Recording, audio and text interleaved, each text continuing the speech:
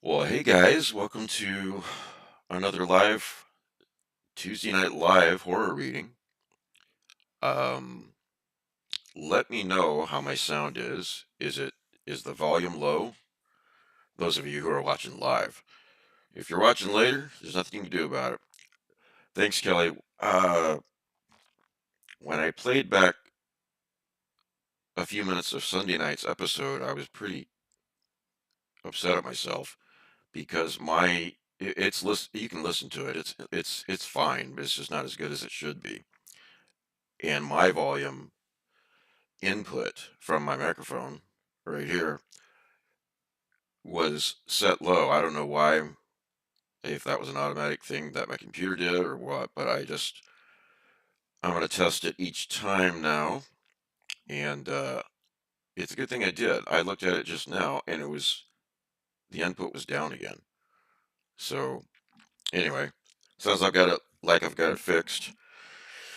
All right. Well, who do we have watching live tonight so far that has raised their hand? Kelly, Alan, hey buddy. Suzanne, Scott Thomas. Yeah, you know, I have this in my little shelf of some of my favorite books, and it's signed. There's my retirement right there, Scott. So yeah. If you've not read Over the Darkening Fields by Scott Thomas, you really, really should. Edward, Madeline, hey. Um, that's one of my. Your dad's book is in on my little favorite shelf too, on my desk. So a lot of books within easy reach there. Hey, Mark. Um, yeah, Over the Darkening Fields by Scott Thomas. Check that out. And trying to figure out what I wanted to read tonight, and I wasn't sure. Uh, so what I'm going to do is I'm going to read a few favorite passages from several books that I really like, and hopefully, if you've not read them, it'll encourage you to read them. Looks like my volume is still good. That's good. Well, let's see, the last couple of nights, excuse me, last couple of Tuesday nights I haven't been here. I was last week at this time right now, Danielle, Logan, and I were watching Superman. We scored some early tickets for IMAX in the theater. You probably heard me talk about it a little bit on Sunday, so I won't repeat all that, but it was fun. It was enjoyable. And that Tuesday before, I was in a lot of pain. So I'm back on Tuesdays. So thanks for bearing with me with all of that. If you're not a patron, I could use your help, even if it's just $5 a month. It really adds up if a bunch of people are doing it, and it allows me to do this job instead of you know going to work in an office somewhere. Because do I make much at doing this? No, but what I do make helps to pay the bills. We couldn't pay our bills without it. So, and even if you're at the lowest tier, $5 a month, you get just a ton of Patreon only podcasts. Just interviewed a few days ago, well, a week or so ago, and I put it on the Patreon, Paul Tremblay for the Deep Background series, and then a couple weeks before that, it was Brian Evanson. Next week, the panelists and I are going to discuss our next Lovecraft story, the Cats of Ulthar. Kelly says, I've got my plane tickets for the H.P. Lovecraft Film Festival, Portland. Kelly, did you watch the show Sunday night? Because Matt gave us a PSA, public service announcement about they had to change the dates. Okay, so you might want to double check the dates on their website or on their Facebook page or whatever, Kelly. I don't remember which dates they changed it to, but okay, you're good. I'm glad. All right. Yeah, that's a lot of fun. I wish I was going, but um, doesn't always work out. I'm going to try to make it to the next one, though. I'm going to talk to Bren and Gwen and Brian about that. See if they want me to guest again. Uh, yeah, it's a lot of fun, Alan, and Necronomicon's the big one, but the film festival is just a lot of fun. Mostly a focus on movies, Lovecraftian and weird fiction movies, and some panels, some years, just depends. Wow, 11th in a row. Kelly, forgive me. Every time I go to a convention, I have a bunch of people come up to me, and I just have we met in person at the film festival, or did I see you at Necronomicon? Maybe. Just curious. Shout out to Alan Hughes, who helped me out with a room, shared his room with me at the last Necronomicon. So he's a very generous person. All right, I've got I have got what the hell did I do with it? I'm getting old. I'm getting old. All right, here it is. All right, I've got a wish. You know how wish lists on Amazon work, and I've got a personal Amazon wish list. That's in the show notes if you feel like buying me something. But no, the one I've got another one titled Mike Davis Recommends, and I added a few more books to it tonight, and I'm going to put the link in the side chat here. Kelly says, I started watching you when you were doing the live play of um, Hoto. What's Hoto? That was a long time ago, whichever game it was. Wow. You've been with me for a while there, Kelly. All right. Oh, right. Yeah. Did you read the book, the collection, Horror on the Orient Express? It was pretty good. I read it when it first came out. All right, what are we going to read? What are we going to read? I'm Batman. Talked about the Amazon list. Yeah, I've got, I added one of the Jean Ray books that Scott Nicolay translated, Cruise of Shadows. Now, there's a lot of weird fiction and cosmic horror that we've never had a chance to read, we meaning English speaking folks, because it hasn't been translated, and there's some really good stuff out there.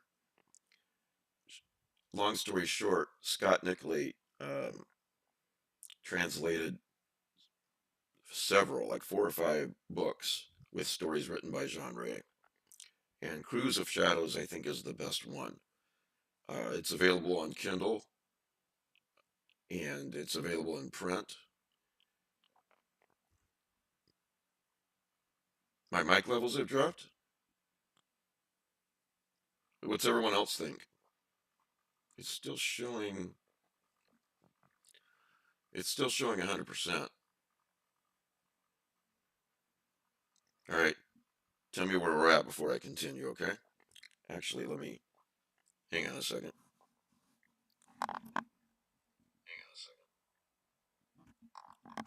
Seems fine. Maybe it's just because I wasn't talking very loud. I gotta watch that. My voice is so low. Jazz! Hey! It's not you, it's me, Kelly. All right. Well, I appreciate that, though. Keep me posted. Also, you'll notice I got, it's an eclectic mix. Thanks, Alan. On that wish list, I added Whitley Strieber's book Majestic, which is a fictionalized account of the Roswell incident, which typically wouldn't be my thing, okay? But man, the way he writes this, the characters are so they aren't cardboard cutouts, and it's just I don't even know how to explain what a damn good book is. It's only $2.99 on Kindle right now, and for those of you who haven't read it, I'd be interested in your opinion on it. I've read it, I think twice. I think I'm going to read it again soon. My favorite book by Paul, Disappearance at Devil's Rock, I think is great. And one of the eeriest books I've read slash audiobooks I've listened to, The Shadows by Alex North. Have you guys read that one? That's just chilling. Especially listening to the audiobook at 12:30 at night in the dark in bed. It's an amazing book. I can't think. And I've got Displaced Person on that list by Lee Harding. Madeline, Thursday night I had Jeff Thomas on here to celebrate the 50th episode of Thursday night. And I mentioned Displaced Person, and Jeff emailed me later and told me that he bought it. So you told me to do so, and I listened to it. It was great. I'm glad. It's Alan. I really think you'll like Majestic. Yeah. Well, you know what you get on Tuesday nights, in addition to me reading stuff, you get me talking your ear off too. So let me pull up the books here. And I want to start with, I know you've read this one, Chaz. I want to start with a few paragraphs from The Man in the Picture. Now, this is a book by Susan Hill. I'm only going to read a couple paragraphs because, it's not, it's copyrighted, but I think a couple paragraphs is okay. And the first paragraph in the book, which gives you a little bit of an idea of how it's set up. The story was told to me by my old tutor, Theo Parmiter, as we sat beside the fire in his college rooms, one bitterly cold January night. There were still real fires in those days, the coals brought up by the servants in huge brass scuttles.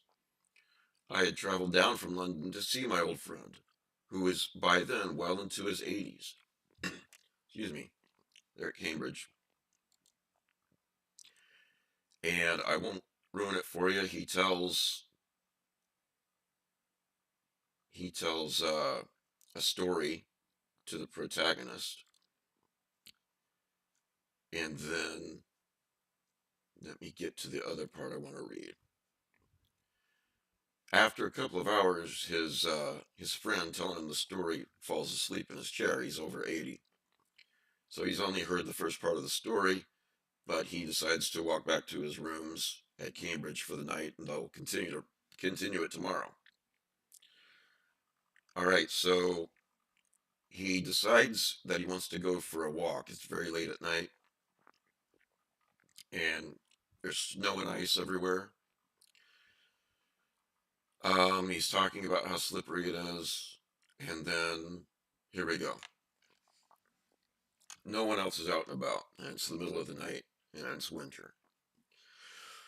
But quite without warning, I stopped because a sense of fear and oppression came over me like a wave of fever, so that a shudder ran through my body. I glanced round, but the lane was empty and still. The fear, I felt, was not of anyone or anything. It was just an anonymous, unattached fear, and I was in its grip.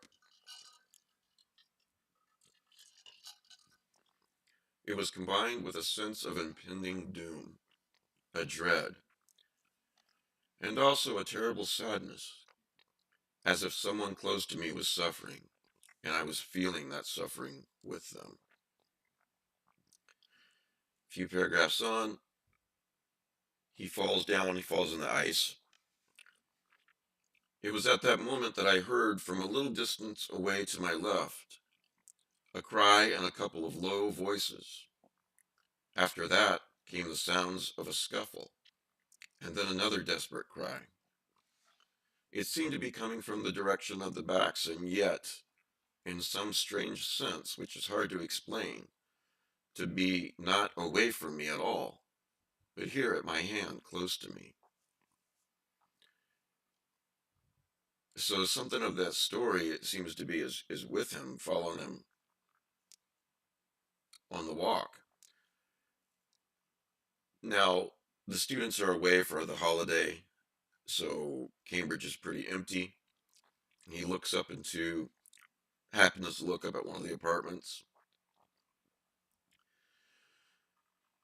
at a window, I believe on the second floor. What I saw made my blood freeze. Whereas before there had been a blank, now a figure was in the room and close to the window. The lamp was to one side of him and its beam was thrown onto his face, and the effect was startlingly like that of the Venetian picture.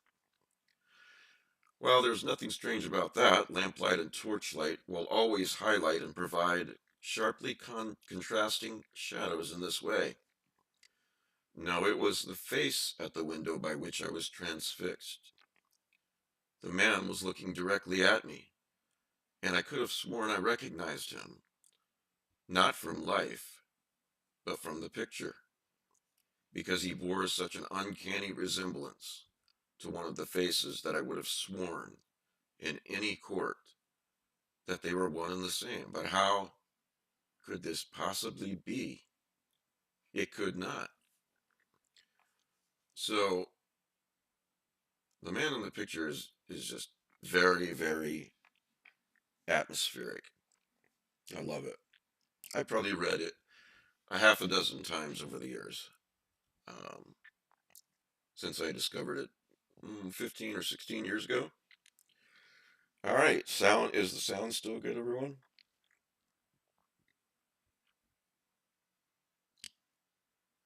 All right, now the next one might sound a little strange.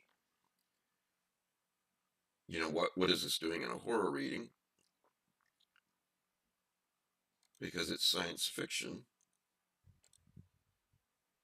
but it's definitely cosmic horror. And I spoke to Mr. Wells, and he was fine with me reading this. Thanks. Hey, JBL. You guys know the story. So after he escapes from the Morlocks in the future, he starts traveling back to his own time, 1900, I believe. So I'm going to read some, if not all, of paragraph 11. Definite cosmic horror, in my view. I have already told you of the sickness and confusion that comes with time traveling. Hey, Kim. And this time I was not seated properly in the saddle, but sideways and in an unstable fashion. For an indefinite time I clung to the machine as it swayed and vibrated, quite unheeding how I went. And when I brought myself to look at the dials again, I was amazed to find where I had arrived. Instead of going backwards, I meant to say he went forwards accidentally. One dial records days and another thousands of days, another millions of days, and another thousands of millions. Now, instead of reversing the levers, I had pulled them over so as to go forward with them. And when I came to look at these indicators, I found that the thousandth hand was sweeping round as fast as the second's hand of a watch into futurity. As I drove on, a peculiar change crept over the appearance of things. The palpitating grayness grew darker. Then, though I was still traveling with prodigious velocity, the blinking succession of day and night, which was usually indicative of a slower pace, returned and grew more and more marked. This puzzled me very much at first. The alternations of night and day grew slower and slower, and so did the passage of the sun across the sky, until they seemed to stretch through centuries. At last, a steady twilight brooded over the earth, a twilight only broken now and then when a comet glared across the darkling sky. The band of light that had indicated the sun had long since disappeared, for the sun had ceased to set. It simply rose and fell in the west, and grew ever broader and more red.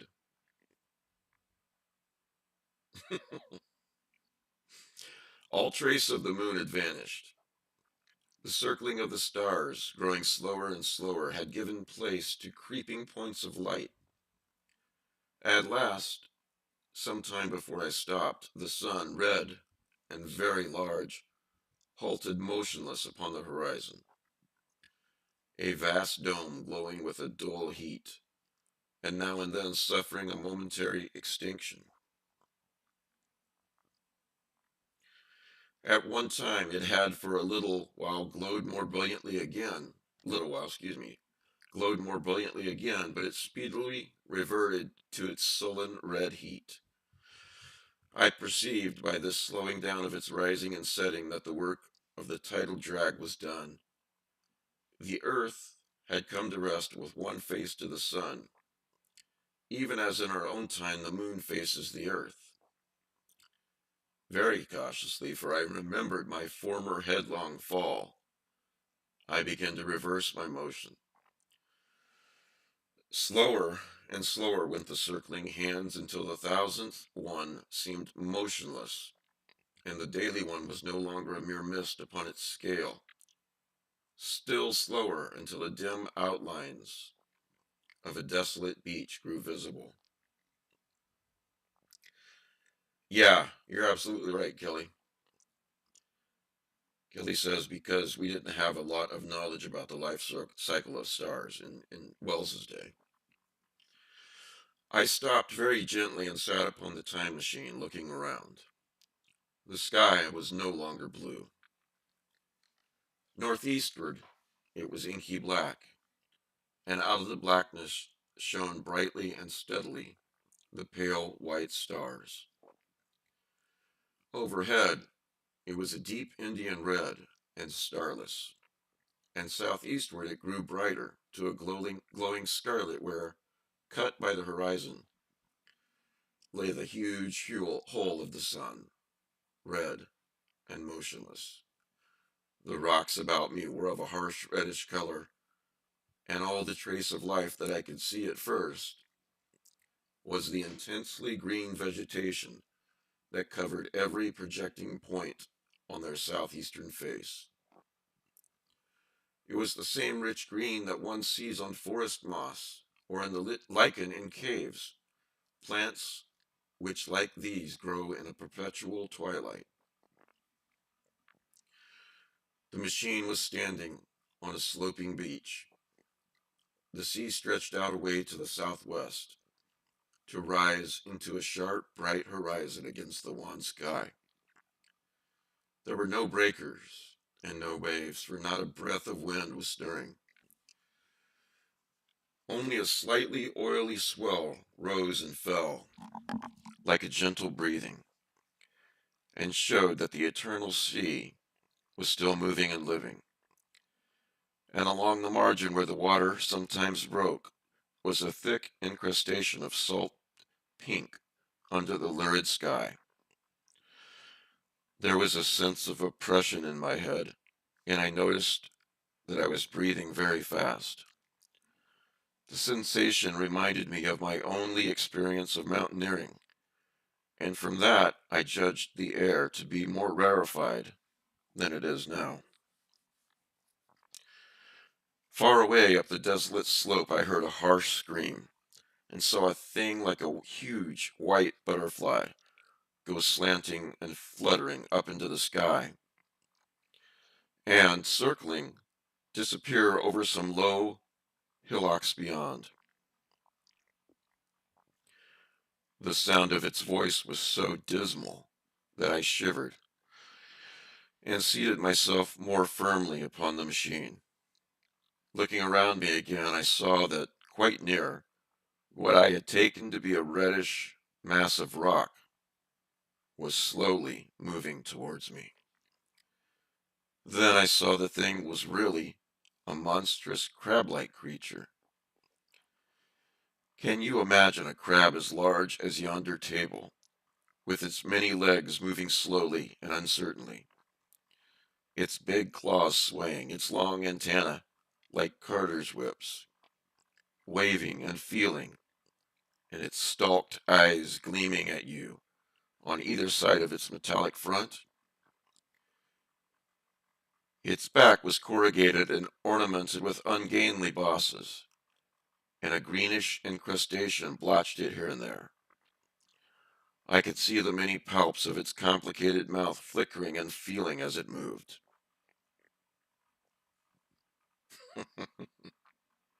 Well, you'd clean up on that size crab, Jazz. As I stared at this sinister apparition crawling toward me, I felt a tickling on my cheek as though a fly had lighted there. I tried to brush it away with my hand, but in a moment it returned, and almost immediately came another by my ear. I struck at this and caught something thread-like. It was drawn swiftly out of my hand. With a frightful qualm, I turned and I saw that I had grabbed the antenna of another monster crab that stood just behind me. Its evil eyes were wriggling on their stalks. Its mouth was all alive with appetite, and its vast, ungainly claws, smeared with an algal slime, was descending upon me. In a moment my hand was on the lever, and I had placed a month between myself and these monsters. But I was still on the same beach, and I saw them distinctly now as I stopped. Dozens of them seemed to be crawling here and there in the somber light among the foliated sheets of intense green. Now, this next paragraph is one that I highlighted in my Kindle. I cannot convey the sense of abominable desolation that hung over the world. The red eastern sky, the northward blackness, the salt Dead Sea, the stony beach crawling with these foul, slow-stirring monsters, the uniform, poisonous-looking green of the lichenous plants, the thin air that hurts one's lungs, all contributed to an appalling effect. I moved on 100 years, and there was that same red sun, a little larger, a little duller, the same dying sea, the same chill air, and the same crowd of and the same crowd of earthy crustacea creeping in and out of the green weed and the red rocks. And in the westward sky, I saw a curved pale line like a vast new moon. So I traveled, stopping ever and again in great strides of 1,000 years or more, drawn on by the mystery of the earth's fate, watching with a strange fascination as the sun grew larger and duller in the westward sky, and the life of the old earth ebb away. At last, more than 30 million years hence, the huge red-hot dome of the sun had come to obscure, nearly a tenth of the darkling heavens.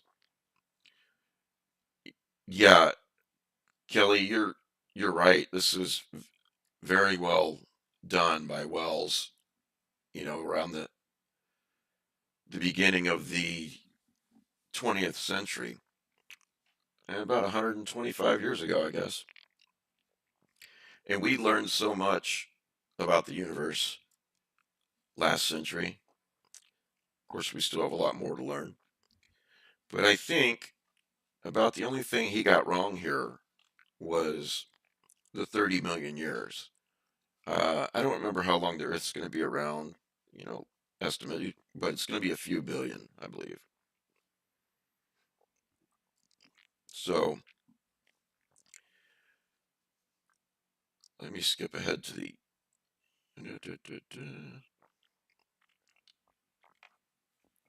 I'm skipping a few paragraphs ahead.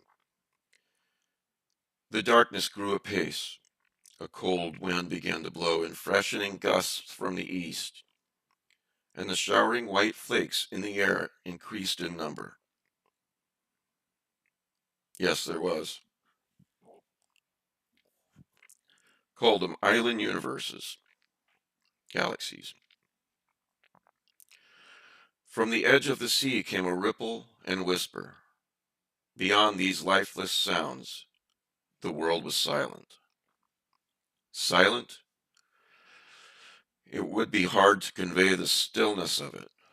All the sounds of man, the bleating of sheep, the cries of birds, the hum of insects, the stir that makes the background of our lives, all that was over. As the darkness thickened, the eddying flakes grew more abundant, dancing before my eyes, and the cold of the air more intense. At last, one by one, swiftly one after the other, the white peaks of the distant hills vanished into blackness. The breeze rose to a moaning wind. I saw the black central shadow of the eclipse sweeping towards me. In another moment, the pale stars alone were visible. All else was rayless obscurity. The sky was absolutely black. A horror of this great darkness came on me. The cold that smote me to my marrow and the pain I felt in breathing overcame me. I shivered and a deadly nausea seized me. Then, like a red-hot bow in the sky, appeared the edge of the sun. I got off the machine to recover myself. I felt giddy and incapable of facing the return journey. As I stood sick and confused, I saw again the moving thing upon the shoal. There was no mistake now that it was a moving thing against the red water of the sea. It was a round thing the size of a football, perhaps, or maybe bigger, and tentacles trailed down from it. It seemed black against the weltering blood-red water, and it was hopping fitfully about. Then I felt I was fainting, but a terrible dread of lying helpless in that remote and awful twilight sustained me while I clambered upon the saddle. So I came back. And there's more, of course. I'm going to read the very next to last paragraph where the writer is talking about the time traveler.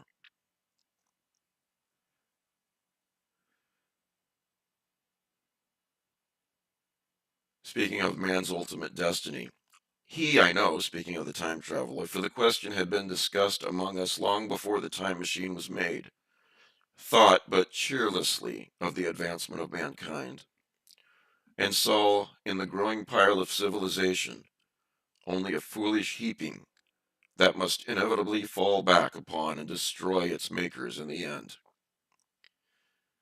If that is so, it remains for us to live as though it were not so. Uh, you got to think that Lovecraft read this and that it, informed some of his writing. Speaking of this chapter, I mean. And what else? What else? What else? I hope you guys like that. What? Planet 9? Say what? Okay, gotta do an internet search. There we go. News. Ammonite. They named it Ammonite. 18 hours ago at Forbes.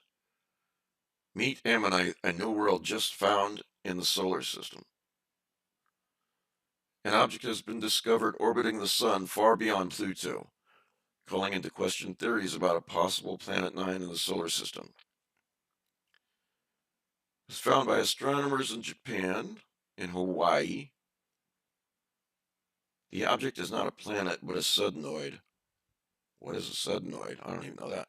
Oh, a sudnoid is an object beyond the orbit of Neptune that has a highly eccentric orbit similar to that of the dwarf planet Sedna, one of the most distant objects in the solar system known to astronomers.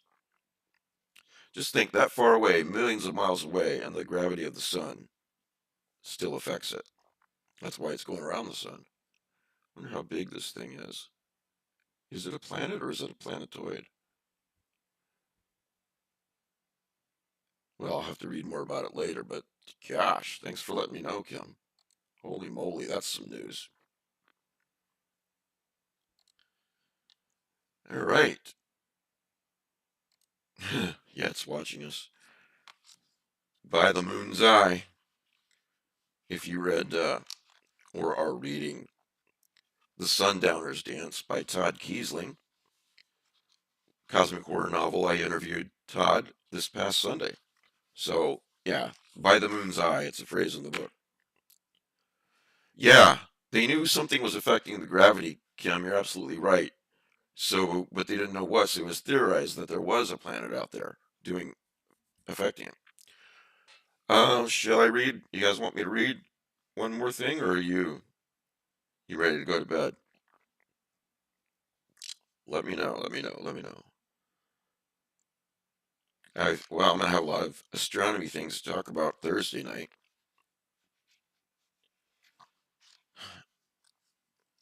Thanks, Kelly.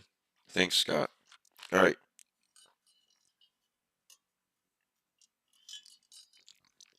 So I guess with that same theme in mind, the ultimate destiny of man, um,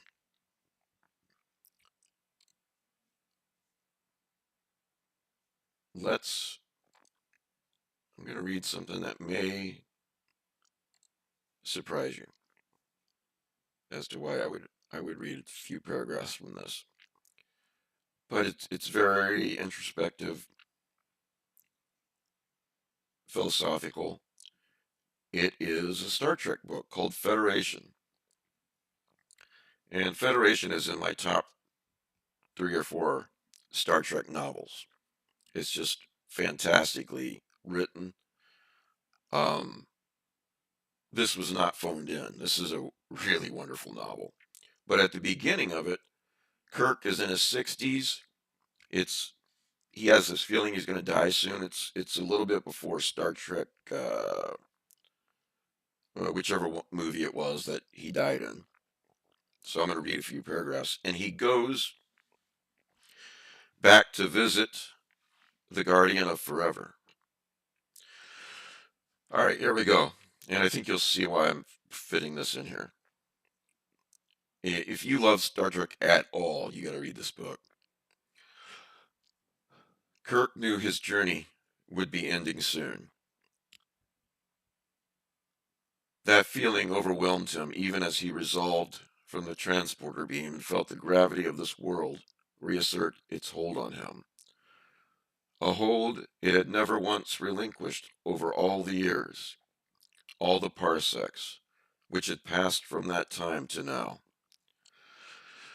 All that had happened since that first time was but a heartbeat to him, as if his life were dust streaming from the tail of a comet without mass, without consequence, measured only by the moment he had first arrived at this place, and by the moment of his return.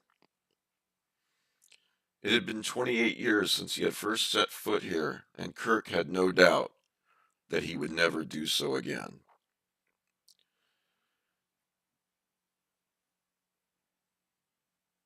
Reading a little bit above about He could hear Spock's patient voice in his mind, blandly noting the illogic of that conclusion. Given that the unexpected was all too common in their lives, but in some matters, emotions took precedence.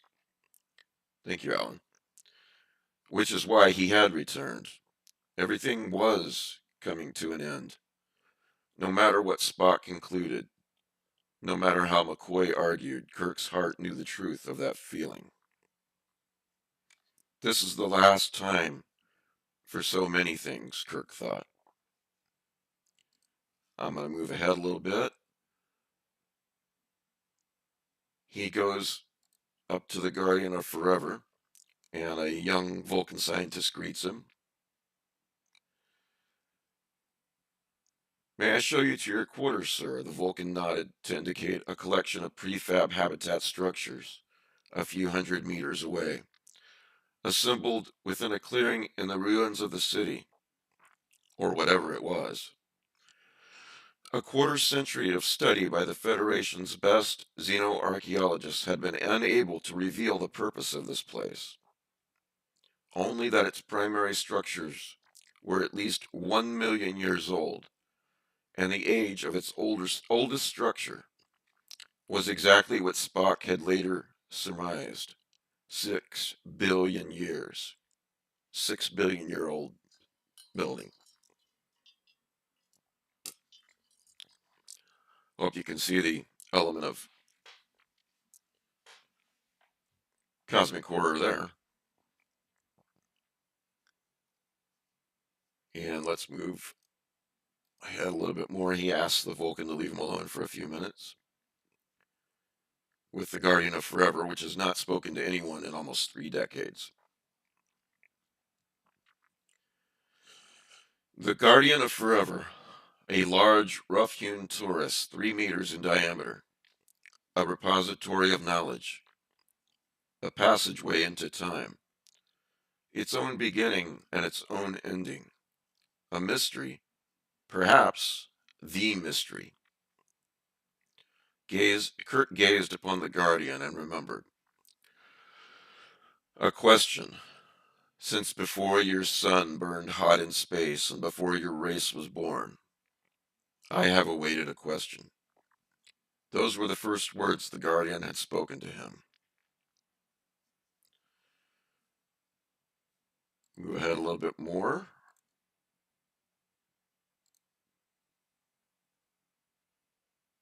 He felt, oh, here we go. The wind gusted and Kirk felt himself pushed toward the stone, caught in a swirl of obscuring dust that made his eyes water and his throat raw. He reached out a hand to steady himself. The Guardian was cold to the touch. He felt tired. He thought of the stateroom Sulu would have for him on the Excelsior, the soft bed. He could even turn down the gravity to ease the ache in his back. The old knife wound he had gotten just before the Corydon Babel conference so many years ago had been coming back to taunt him of late. Has it come to this? Kirk asked the wind and the dust. Will there be no more worlds to explore? No more battles to fight? The Guardian was silent, just as Kirk had known it would be. There would be no more miracles for him in this universe. He had captured a part of it in his life, imprinted 1,000 worlds in his mind, had experiences and adventures that humans of century past could not conceive, and which humans of centuries to come could never repeat. He should be content with that, he knew, but he wasn't.